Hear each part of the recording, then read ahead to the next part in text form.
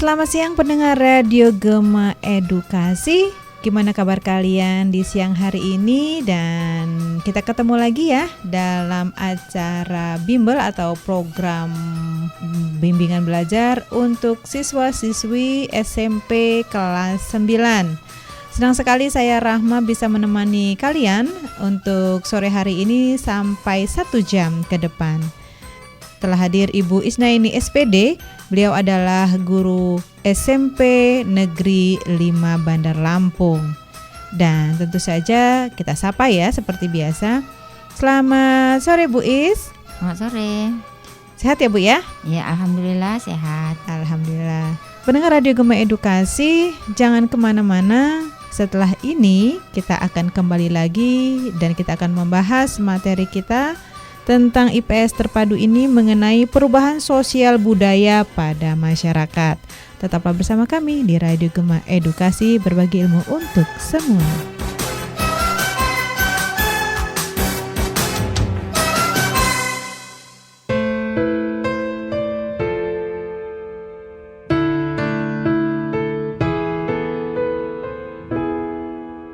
Setetes embun pagi menghapus periku yang dulu terluka, kini tak membaik. Kau malaikat cinta dari surga,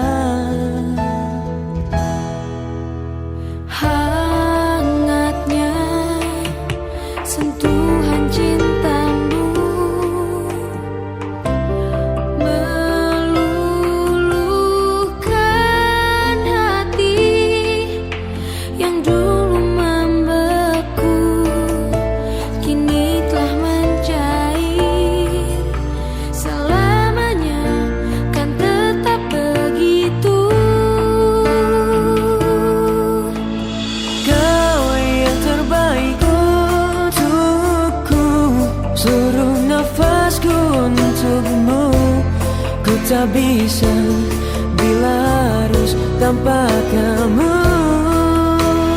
Cinta kita cinta surga, sampai mati tetap bersama. Kau dan aku selamanya.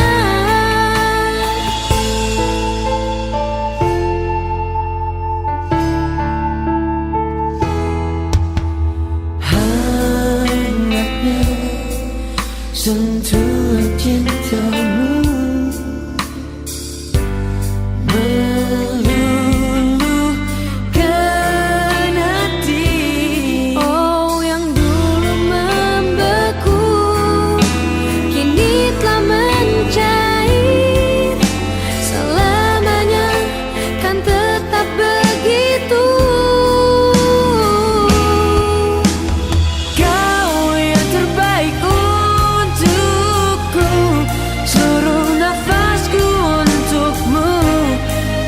bisa bila harus tanpa kamu.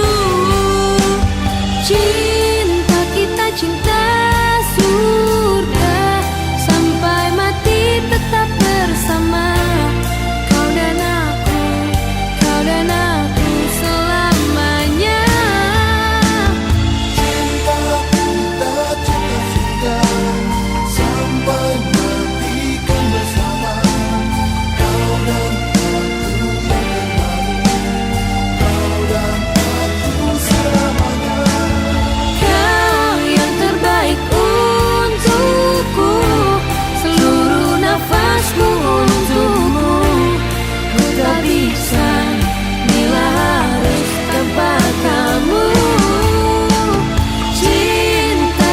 cinta surga, sampai mati tetap bersama.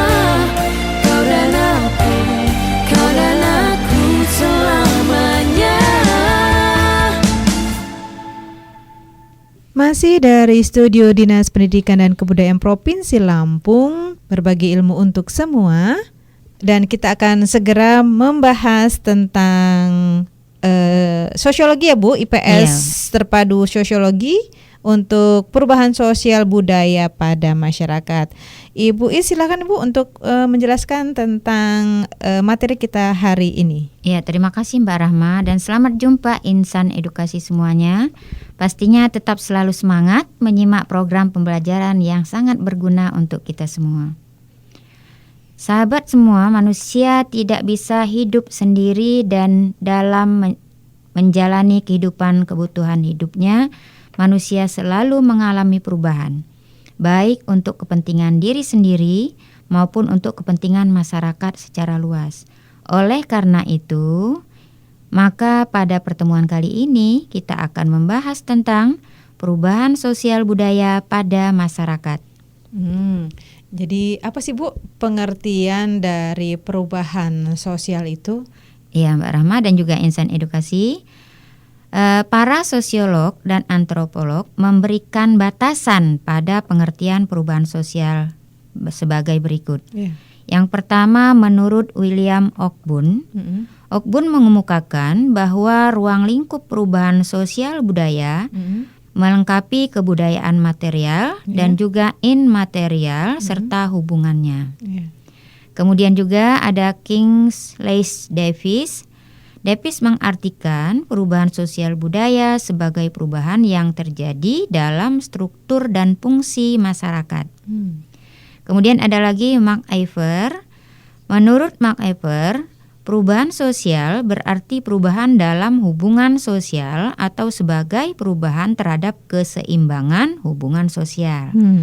Nah, kemudian dari Selo Sumarjan, menurut beliau perubahan sosial adalah segala perubahan pada lembaga-lembaga kemasyarakatan di dalam suatu masyarakat. Perubahan tersebut memengaruhi sistem sosialnya, termasuk di dalamnya nilai-nilai, sikap dan pola perilaku di antara kelompok-kelompok dalam masyarakat. Kemudian selanjutnya ada lagi tokoh yaitu Max Weber. Berpendapat bahwa perubahan sosial budaya adalah perubahan situasi dalam masyarakat sebagai akibat adanya ketidaksesuaian unsur-unsur budaya. Nah, masih ada lagi satu Mbak, yaitu W. Kortblum berpendapat bahwa perubahan sosial budaya adalah perubahan suatu budaya masyarakat secara bertahap dalam jangka waktu yang lama. Itulah pengertian dari para sosiolog tentang batasan-batasan pengertian daripada sosial budaya itu Mbak Rama. Oke, lalu apa saja bentuk perubahan sosial budaya itu Bu? Iya, tentunya perubahan sosial budaya itu dilihat dari yang pertama berdasarkan kecepatan perubahannya. Yang pertama ada yang disebut berdasarkan kecepatan perubahan ini ada dua macam. Yang pertama ada yang disebut dengan evolusi. Ya, evolusi adalah perubahan-perubahan sosial budaya yang terjadi dalam proses lambat dalam waktu yang cukup lama tanpa ada kehendak tertentu dari masyarakat yang bersangkutan. Contohnya di sini ada perubahan mata pencarian. Nah, misalnya dari petani menjadi pedagang atau menjadi buruh misalnya karena sudah lahan pertaniannya sudah misalnya ada digusur atau diambil alih oleh perusahaan dan lain sebagainya. Kemudian yang kedua ada revolusi. Ya, revolusi adalah perubahan yang berlangsung secara cepat dan tidak ada kehendak atau direncanakan sebelumnya. Contoh, ini pernah terjadi revolusi industri di Inggris. Nah, revolusi industri di Inggris ini adalah perubahan sistem industri dari industri yang menggunakan tenaga manusia yang tadinya atau menggunakan tangan awalnya ya berubah ke industri yang menggunakan tenaga mesin. Ya. Nah, terjadinya industri ini juga tidak terlepas dari karena adanya kemajuan ilmu pengetahuan, teknologi dan juga penemuan-penemuan yang terjadi pada saat itu. Kemudian selain dari berdasarkan kecepatan, ada juga berdasarkan besar kecilnya pengaruh yang ditimbulkan. Ya, insan edukasi, perubahan berpengaruh kecil. Ada yang disebut dengan perubahan berpengaruh kecil. Perubahan ini adalah perubahan-perubahan yang terjadi dalam struktur sosial budaya yang tidak membawa pengaruh langsung atau berarti bagi masyarakat. Ya, contohnya ini ada model pakaian, model rambut. Nah, mengapa ini disebut perubahan kecil, insan edukasi? Karena tidak semua orang menyukai model-model pakaian yang selalu berganti-gantian seperti sekarang ini. Mungkin karena tidak sesuai, karena memang tidak suka ya, tidak suka gitu juga dengan model rambut dan sebagainya. Jadi itu namanya berpengaruh kecil karena tidak semua orang yang menyukainya. Kemudian yang kedua, perubahan berpengaruh besar. Perubahan ini adalah perubahan yang terjadi pada unsur-unsur struktur sosial yang memberi pengaruh langsung atau berarti bagi masyarakat. Contohnya, pengelolaan lahan pertanian yang dulu menggunakan tenaga hewan atau tenaga manusia, sekarang menggunakan alat-alat modern yang canggih.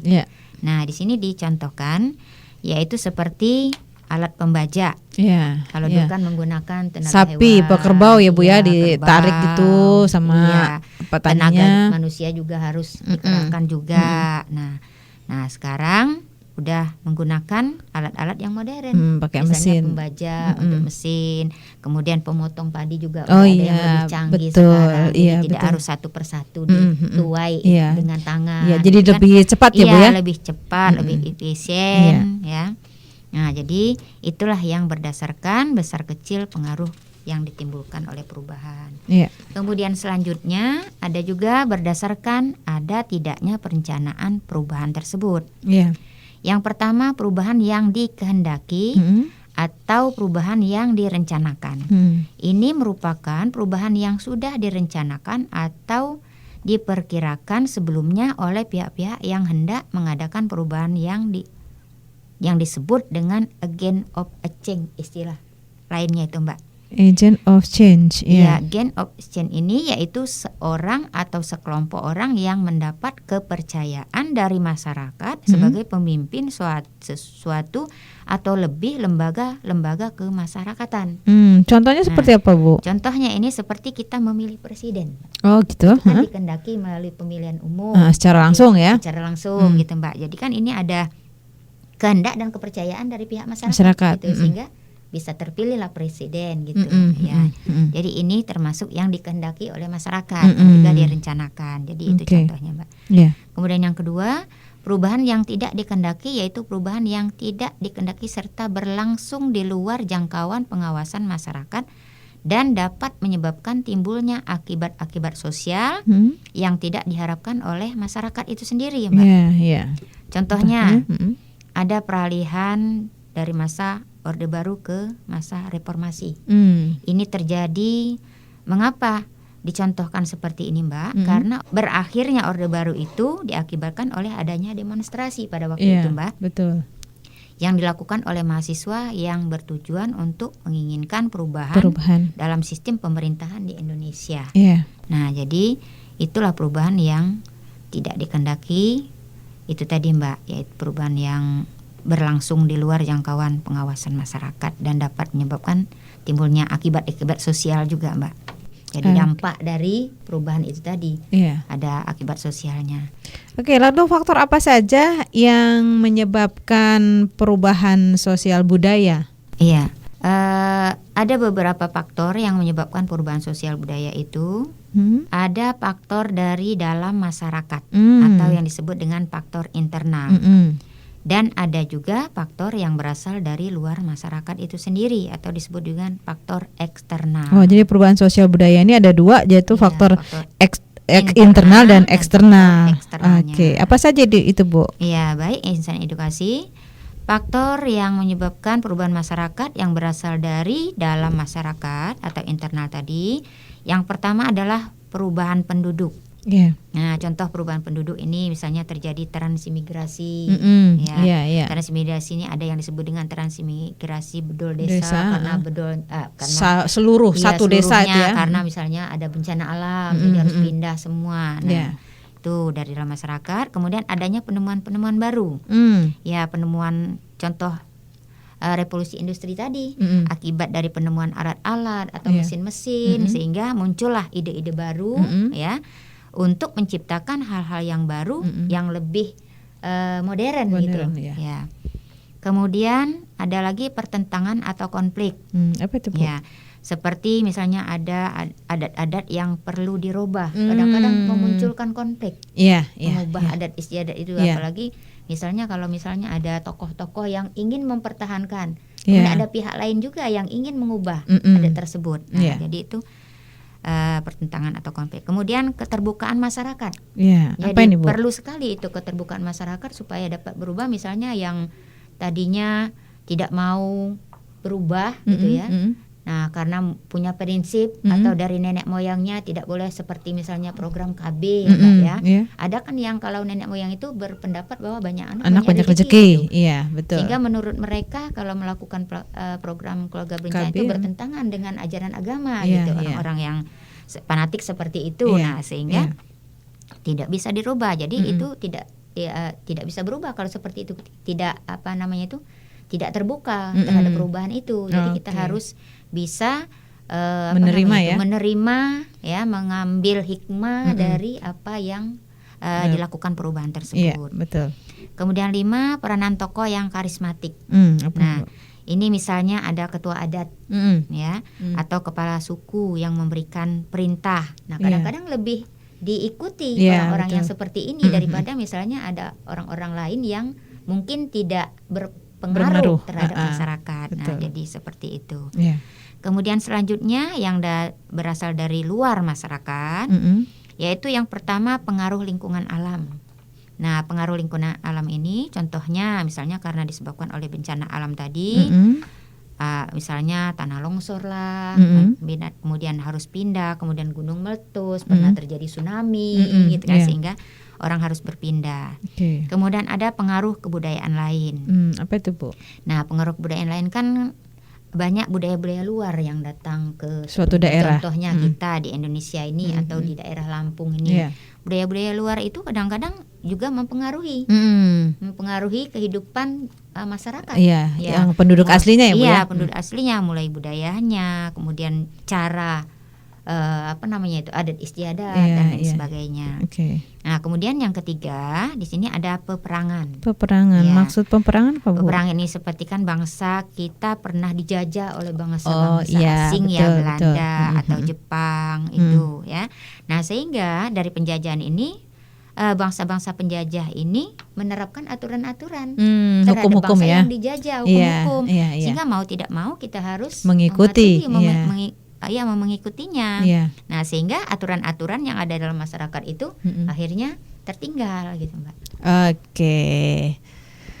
Rehat dulu sejenak. Setelah yang satu ini nanti kita akan kembali lagi membahas materi kita tentang perubahan sosial budaya pada masyarakat. Jadi jangan kemana-mana, tetaplah bersama kami di Radio Gema Edukasi, berbagi ilmu untuk semua. Setelah yang satu ini kita akan kembali lagi.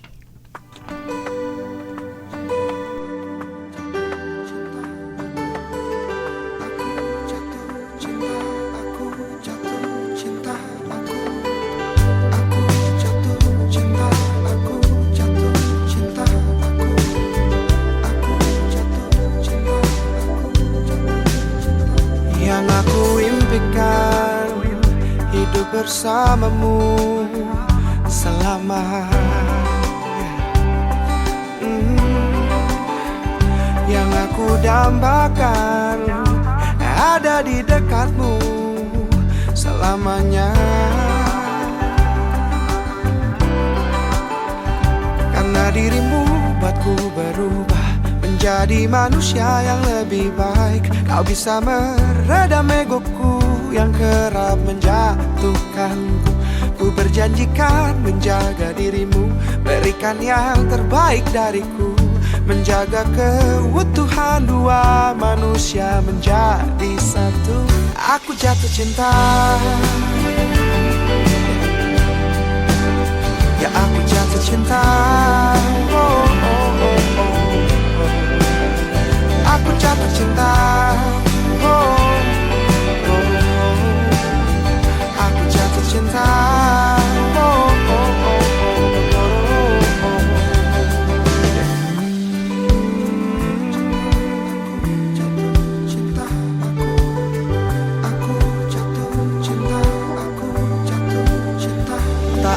sangsikan, engkaulah belahan jiwa.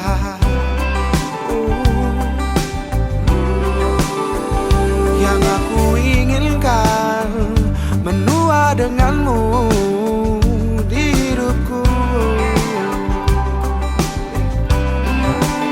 Karena dirimu buatku berubah menjadi manusia yang lebih baik. Kau bisa meredam egoku yang kerap menjatuhkanku. Ku berjanjikan menjaga dirimu, berikan yang terbaik dariku, menjaga keutuhan dua manusia menjadi satu. Aku jatuh cinta, ya aku jatuh cinta.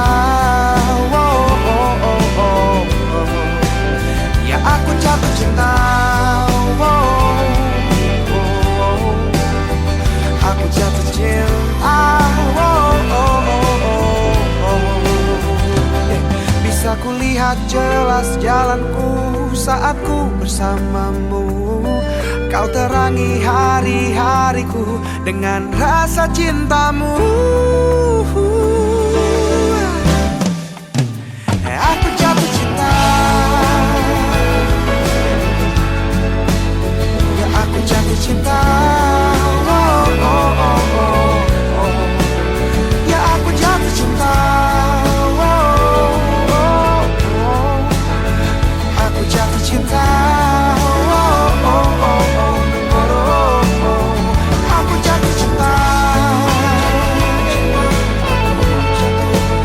Ya aku jatuh cinta. Aku jatuh cinta.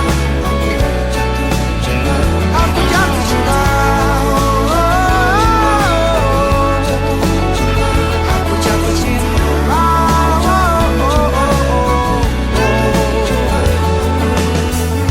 Aku jatuh cinta. Aku jatuh cinta. Aku jatuh cinta.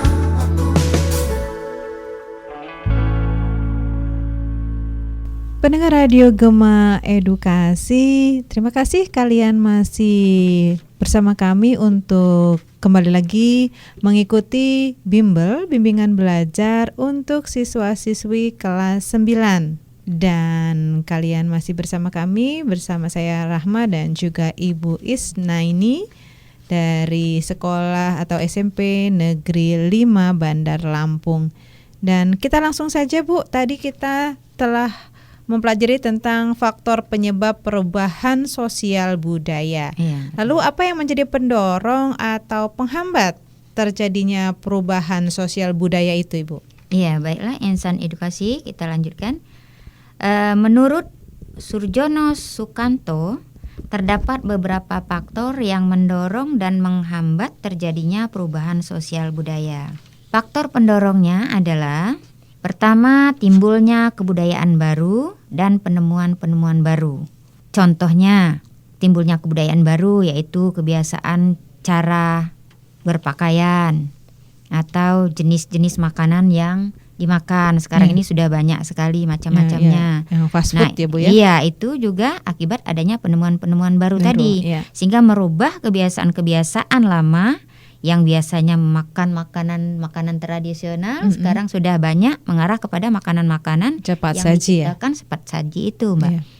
Kemudian perubahan jumlah penduduk yang kedua, ya jumlah penduduk yang semakin banyak, Iya. semakin meningkat, tentunya juga akan Jadi faktor pendorong ya? memberikan ide atau pemikiran-pemikiran yang banyak pula. Nah, sehingga dari ide pemikiran yang banyak atau yang baru ini, sehingga bisa mendorong terjadinya perubahan dalam sistem sosial budaya. Oke. Kemudian adanya pertentangan atau konflik, seperti tadi sudah disebutkan bahwa pertentangan atau konflik itu seperti adanya adat istiadat yang dipertahankan atau ingin dirubah, itu menyebabkan pendorongnya itu ya. Kemudian terjadinya pemberontakan atau revolusi. Nah, jadi pemberontakan atau revolusi atau perubahan secara cepat ini juga akan mendorong terjadinya perubahan dalam sistem kebudayaan, karena mungkin adanya revolusi perubahan itu akan menjadi lebih baik Betul. Ya. daripada sebelumnya gitu, Mbak. Kemudian sistem terbuka lapisan masyarakat. Tentunya sistem terbuka ini sangat penting sekali, Mbak.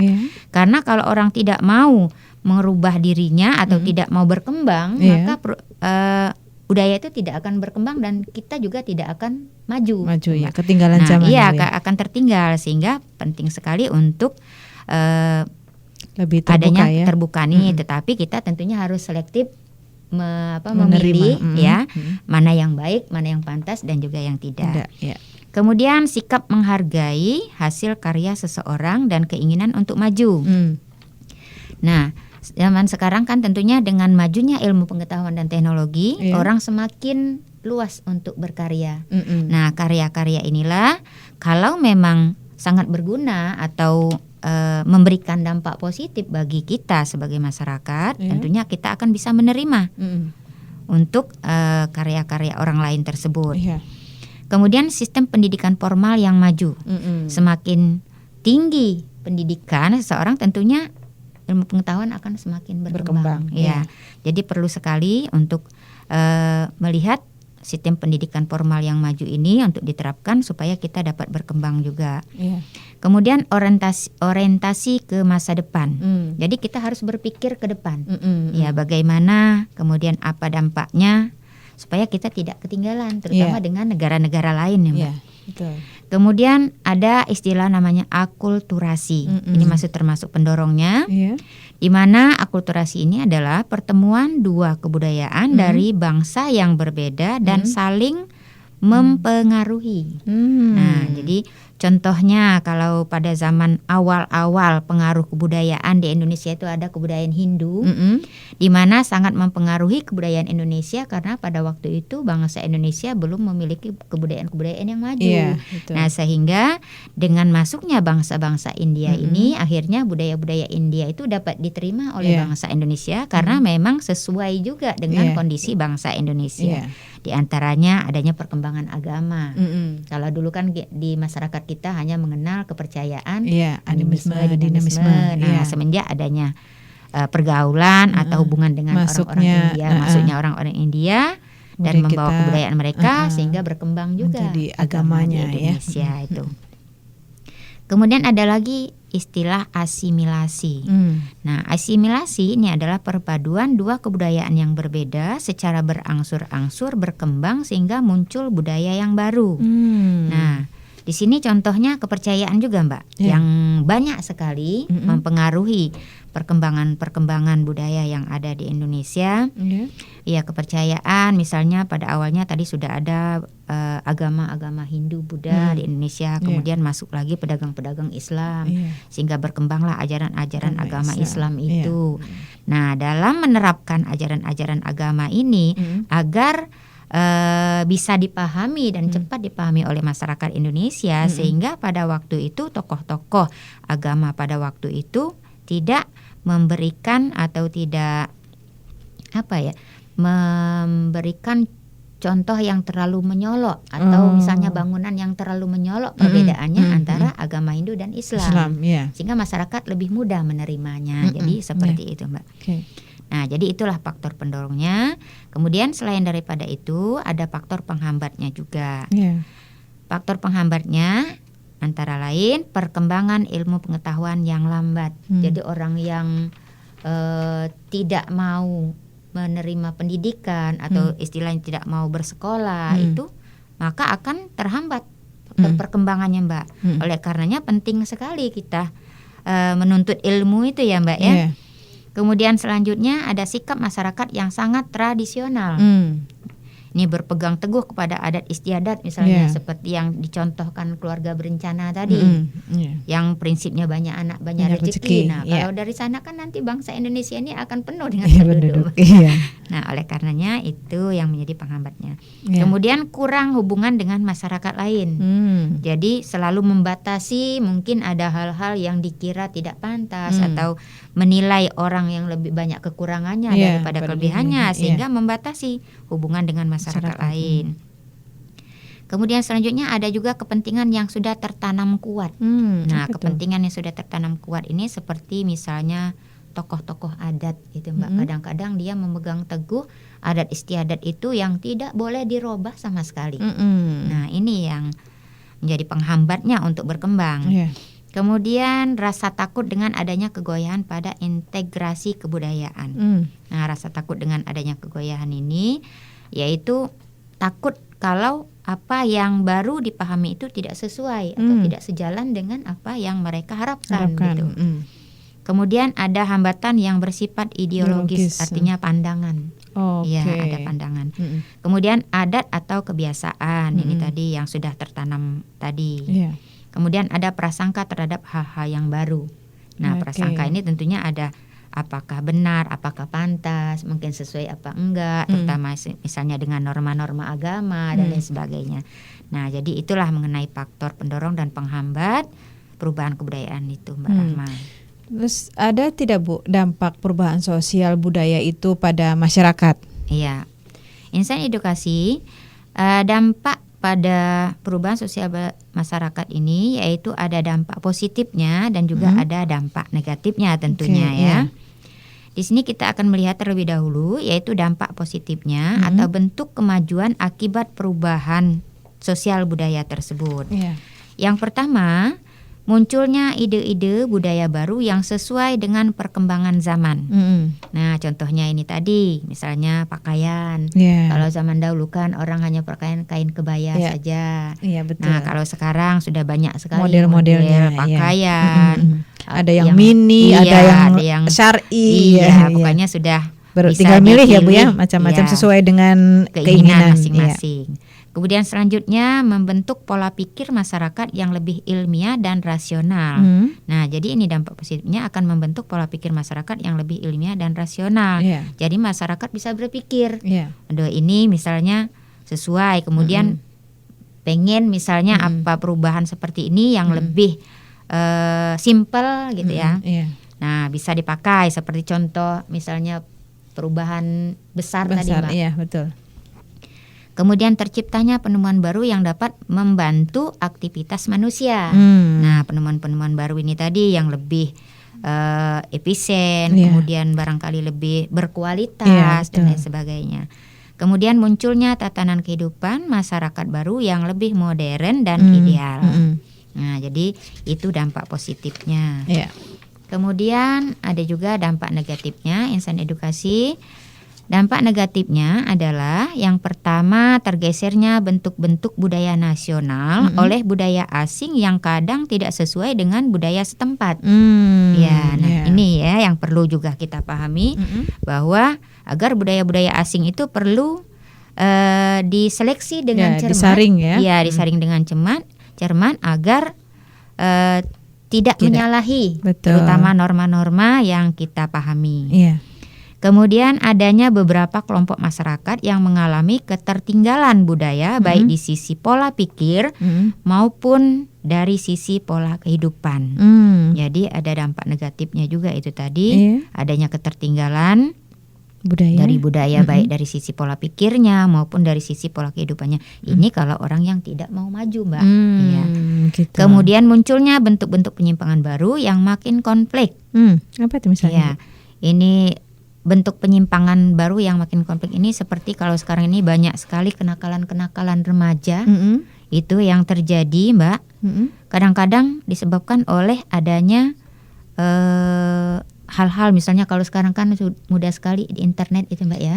Bisa dilihat di sana. Bisa diakses ya, cepat akses ya. Sehingga kadang-kadang mereka melakukan hal-hal yang di luar ini norma-norma agama gitu. Kemudian selanjutnya lunturnya kaidah-kaidah atau norma budaya-budaya lama. Iya betul. Semakin modern, semakin maju, semakin meninggalkan budaya lokal ya, kearifan lokal kita ya. Kemudian sopan santun, kadang pergaulan dan lain sebagainya. Nah, jadi itulah dampak negatif dari perubahan itu, Mbak Rahma. Dan juga bagaimana Bu masyarakat untuk menyikapi perubahan sosial budaya yang semakin pesat?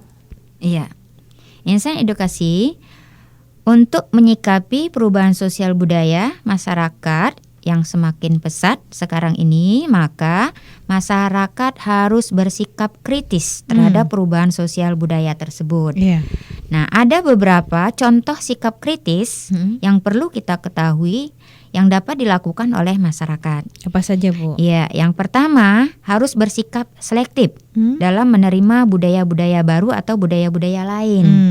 Ya, artinya masyarakat itu harus bisa memilih dan budaya yang sesuai dengan norma agama, ya sesuai atau tidak itu harus dilihat secara jelas itu. Jadi tidak asal mengambil tidak asal kebudayaan mengambil. luar yang tentunya bukan tidak cocok ya, jarang juga cocoknya ya Bu ya, tapi yang begitu. positif bisa kita ambil, yang negatifnya kita buang. Dari dalam berbagai bidang itu. Kemudian selanjutnya berpikir yang ilmiah terhadap perubahan, ya. Betul, Bu. Jadi berpikir ilmiah itu kita memanfaatkan pemikiran berdasarkan ilmu pengetahuan yang dimiliki supaya apa yang kita lakukan itu nanti akan berguna baik untuk diri kita sendiri maupun untuk orang lain atau masyarakat. Kemudian selanjutnya mendorong perubahan tersebut ke arah yang lebih baik. Ya, jadi apapun yang kita dapatkan diharapkan bahwa apa yang kita lakukan itu bisa akan lebih baik dari yang sudah dilakukan. Istilahnya itu hari ini harus lebih baik dari yang hari kemarin gitu. Kemudian selanjutnya menerima perubahan yang mengarah pada peningkatan taraf hidup dan kesejahteraan hidup manusia. Nah, jadi mengarah kepada menerima perubahan itu, tapi mengarah kepada kepentingan taraf hidup yang sejahtera, yaitu mulai dari bagaimana cara kita mengolah diri sendiri, kepentingan sendiri, maupun untuk kepentingan masyarakat secara luas gitu, Mbak. Oke, baik. Pendengar Radio Gema Edukasi, setelah yang satu ini nanti kita akan kembali lagi dan tentunya pelajaran kita semakin banyak dan semakin menarik. Jadi tetaplah bersama kami di Radio Gema Edukasi, berbagi ilmu untuk semua.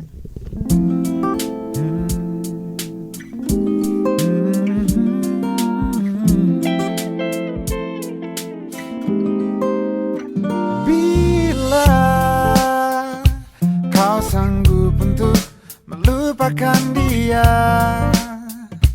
biarkan aku hadir dan menata ruang hati yang telah tertutup lama. Jika kau masih ragu untuk menerima,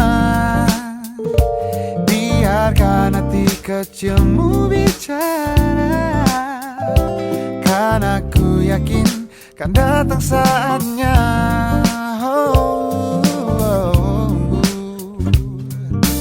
Kau jadi bagian hidupku, kau jadi bagian hidupku. Takkan pernah berhenti untuk selalu percaya, walau harus menunggu 1000 tahun lamanya.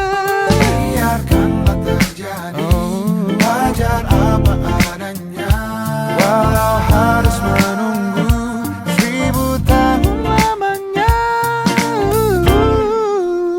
Jika kau masih ragu untuk menerima, biarkan hati kecilmu bicara, karena ku yakin kan datang saatnya.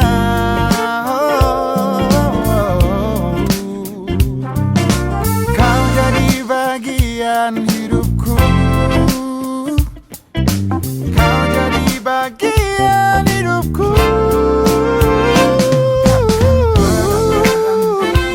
Untuk selalu percaya, walau harus menunggu 1000 tahun lamanya. Biarkanlah terjadi, wajar apa adanya, walau harus menunggu 1000 tahun lamanya.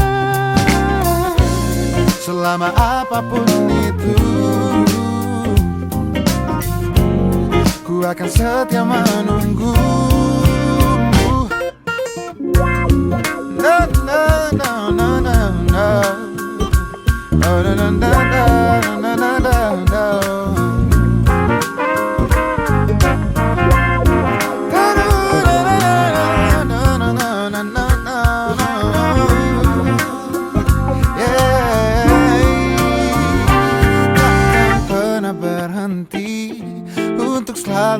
percaya.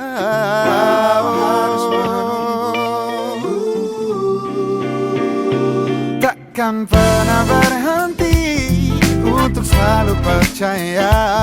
Walau harus menunggu 1000 tahun lamanya, biarkanlah terjadi, wajar apa adanya. Walau harus menunggu 1000 tahun lamanya.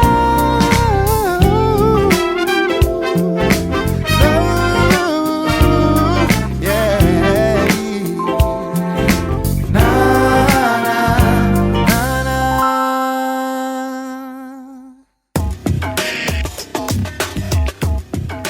Anda masih bersama Radio Gema Edukasi, berbagi ilmu untuk semua.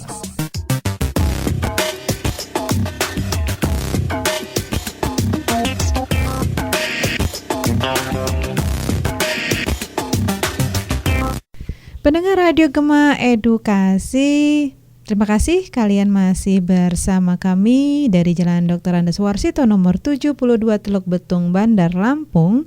Radio Gema Edukasi, berbagi ilmu untuk semua. Dan tak terasa kita telah sampai pada kesimpulan karena kita hampir 1 jam kebersamaan kita. Jadi untuk Ibu Is untuk memberikan kesimpulan tentang materi kita hari ini. Silakan Ibu. Iya, baiklah, Insan Edukasi, kita akan mengambil kesimpulan dari materi kita pada hari ini, yaitu tentang tadi sudah dijelaskan, yaitu tentang perubahan sosial budaya pada masyarakat yang dimulai dari pengertian sosial budaya menurut beberapa tokoh-tokoh sosiolog dan antropolog, diantaranya adalah menurut William Ogburn, kemudian menurut Kingsley Davis, kemudian menurut Mark Ivor, kemudian menurut Selo Sumarjan, dan juga ada Mark Weber dan juga W. Korblum. Ada beberapa pengertian-pengertian dari para sosiolog tadi. Kita juga mengetahui yaitu bentuk-bentuk perubahan sosial budaya itu sendiri. Bentuk-bentuk perubahan sosial budaya tadi ada perubahan berdasarkan kecepatan, yaitu yang disebut dengan evolusi dan juga revolusi. Kemudian selain dari perubahan berdasarkan kecepatan, ada perubahan berdasarkan besar kecilnya pengaruh yang ditimbulkan oleh budaya tersebut, yaitu ada pengaruh kecil dan juga ada pengaruh besar. Kemudian selain itu ada perubahan berdasarkan ada tidaknya perencanaan perubahan. Berdasarkan perencanaan ini ada perubahan yang dikehendaki dan juga ada perubahan yang tidak dikehendaki. Kemudian ada juga faktor-faktor penyebab perubahan sosial budaya, yaitu ada faktor dari dalam masyarakat yang juga disebut dengan faktor internal. Ada juga faktor yang berasal dari luar masyarakat yang disebut dengan faktor eksternal. Kemudian selain daripada itu, kita juga tadi sudah membahas tentang ada faktor pendorong dan penghambat perubahan dalam masyarakat. Nah, faktor pendorong perubahan dalam masyarakat di situ ada timbulnya kebudayaan baru dan penemuan baru, kemudian perubahan jumlah penduduk, pertentangan atau konflik, terjadinya pemberontakan atau revolusi, sistem terbuka lapisan masyarakat, sikap menghargai hasil karya seseorang dan keinginan untuk maju, sistem pendidikan formal yang maju, orientasi ke masa depan. Kemudian ada juga istilah akulturasi dan asimilasi. Kemudian faktor penghambatnya yaitu perkembangan ilmu pengetahuan yang terlambat, sikap masyarakat yang sangat tradisional, kemudian kurang hubungan dengan masyarakat lain, adanya kepentingan yang sudah tertanam kuat, rasa takut dengan adanya kegoyahan pada integrasi kebudayaan, hambatan yang bersifat ideologis, adat atau kebiasaan, serta prasangka terhadap hal-hal yang baru. Nah, selain daripada itu juga ada juga dampak positif dan negatif dari perubahan sosial budaya tersebut. Kemudian dampak positifnya bahwa dengan akibat perubahan sosial budaya, maka muncullah ide-ide baru yang sesuai perkembangan zaman, kemudian membentuk pola pikir masyarakat yang lebih ilmiah dan rasional, terciptanya penemuan baru yang dapat membantu aktivitas manusia, serta munculnya tatanan kehidupan masyarakat baru yang lebih modern dan ideal. Kemudian dampak negatifnya adalah tergesernya bentuk budaya nasional oleh budaya asing, kemudian adanya beberapa kelompok masyarakat yang mengalami ketertinggalan budaya baik dari sisi pola pikir maupun sisi pola kehidupan, dan juga munculnya bentuk-bentuk penyimpangan baru yang makin konflik, serta lunturnya kaidah-kaidah atau norma budaya lama. Kemudian bagaimana cara kita menyikapi perubahan sosial budaya, yaitu masyarakat harus bersikap kritis terhadap perubahan sosial budaya tersebut. Oke, terima kasih Ibu Isnaini atas kehadirannya di studio dalam program acara Bimbel untuk siswa-siswi kelas 9 tentang IPS terpadu sosiologi. Dan kita akan berjumpa lagi di lain waktu ya Bu ya. Iya Mbak Rahma. Demikianlah pendengar Radio Gema Edukasi, acara bimbingan belajar kita untuk hari ini bersama Ibu Isnaini SPD. Beliau adalah guru SMP Negeri 5 Bandar Lampung. Dan kami pamit undur diri, tapi kalian masih dapat mendengarkan acara ini kembali esok hari ya, di waktu yang sama dengan materi yang berbeda. Dan juga kalian bisa mengakses melalui internet dengan situs www.disdikbud.lampungprof.go.id. Terima kasih atas kebersamaannya. Dari Studio Dinas Pendidikan dan Kebudayaan Provinsi Lampung, Rahma pamit undur diri, tetap semangat dan sampai jumpa.